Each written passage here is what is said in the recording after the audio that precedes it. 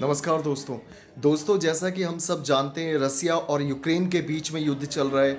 आज 2 दिन ऑलरेडी हो चुके हैं और एक भयंकर और विकराल स्थिति यूक्रेन में बनती जा रही है। और यूक्रेन का दावा है कि उसने रसिया को भी बहुत नुकसान पहुंचाया है, उनके कई टैंकर तबाह कर दिए हैं। वो तो कह रहा है कि 3,000 तक सैनिक मार दिए हैं और अपने अपने दावे दोनों कंट्रीज़ कर रही हैं।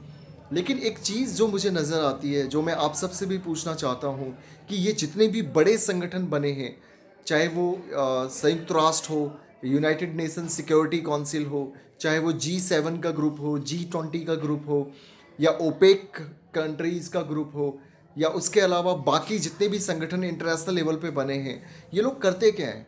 मुझे तो आज तक इनका मोडस ऑपरेंडी समझ में नहीं आया, क्योंकि इनकी जिम्मेदारी बनती थी कि दोनों देशों में डिप्लोमेटिक प्रोसीजर स्टार्ट करा के युद्ध को बंद करवाएं।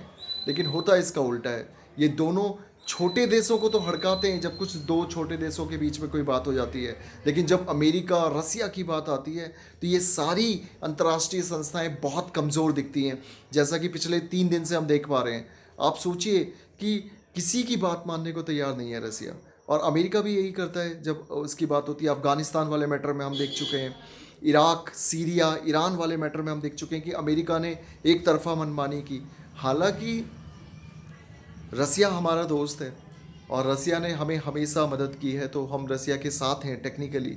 लेकिन देखो यार, जब युद्ध होता है और जब किसी भी देश के निर्दोष सिविलियंस मारे जाते हैं, आम नागरिक मारे जाते हैं, तो मुझे बहुत दुख होता है। क्योंकि यूक्रेन में जिस तरह के हालात हैं, लोग वहाँ बंकरों में छुप रहे हैं, बेसमेंट्स में, मेट्रो स्टेशंस के बेसमेंट में छुप रहे हैं। बहुत ही भयानक स्थिति है, छोटे छोटे बच्चे हैं। तो कहीं ना कहीं ये दुख का सबक है। ये इसका मतलब ये नहीं है कि हम लोग इस वार के मज़े लें, और जिस तरह से आज उनके साथ हो रहा है, और ये एक बहुत भयंकर घटना है। अब इसके बाद देखना, रसिया यूक्रेन का वॉर ख़त्म भी हो जाएगा, इसके बाद आप देखिए हथियारों की कितनी डिमांड बढ़ जाएगी।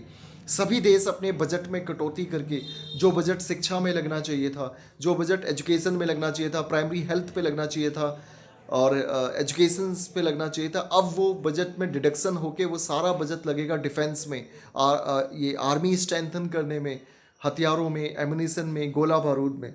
तो ये कहीं ना कहीं मुझे लगता है कि ये रसिया और यूक्रेन का जो युद्ध है, ये कहीं ना कहीं हम सबको नुकसान पहुंचाने वाला है।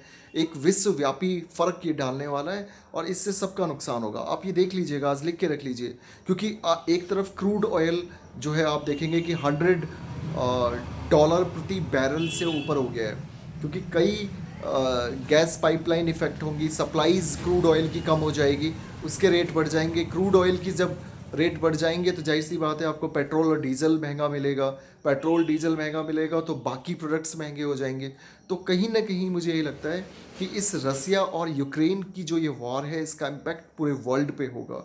और दूसरी बात कि ये जितने भी संगठन बने हैं, चाहे वो यूनाइटेड नेशन सिक्योरिटी काउंसिल हो, चाहे वो आपका UNO हो, चाहे वो आपका G7, G20, G38 और बाकी जितने भी ग्रुप्स हैं, ये क्यों कार्रवाई नहीं कर पाते? ये सिर्फ एक फॉर्मेलिटी बन के रह गए हैं। इनके अपने अपने हेडक्वार्टर हैं, स्टाफ है, इनकी ऑपरेशनल एक्टिविटीज़ हैं, करोड़ों अरबों का फंड इनके मेंबर्स कंट्रीज़ को देना पड़ता है हर साल, लेकिन ये कोई इफ़ेक्टिव कदम नहीं उठा पाते। आप देखिए रसिया किसी की सुनने को तैयार नहीं है, चाहे वो आप कुछ भी कर लीजिए। अब सिर्फ आर्थिक प्रतिबंध लगाने से और निंदा प्रस्ताव पास करने से तो कुछ होगा नहीं। तो मुझे लगता है कि ये एक बड़ी भयावह स्थिति है, और युद्ध जैसी परिस्थितियों को टालना चाहिए। क्योंकि भाई साहब, आज सबके पास, मोस्टली कंट्रीज़ के पास बड़े ख़तरनाक वेपन्स हैं, और रसिया के पास तो परमाणु हथियार भी हैं। और गलती से अगर कभी भी एटम बम का यूज़ हुआ तो बहुत दिक्कत आ जाएगी।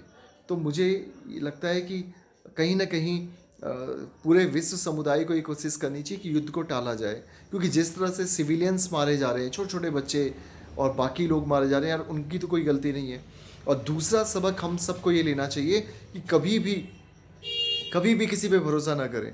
अमेरिका ने, देखिए आप, अमेरिका और नाटो ने पहले तो यूक्रेन को बहुत उकसाया कि हम तेरे पीछे खड़े हैं, देख लेंगे, जो होगा वो सब होगा। अब कोई पूछने वाला नहीं है। तो ये एक बड़ी दिक्कत है।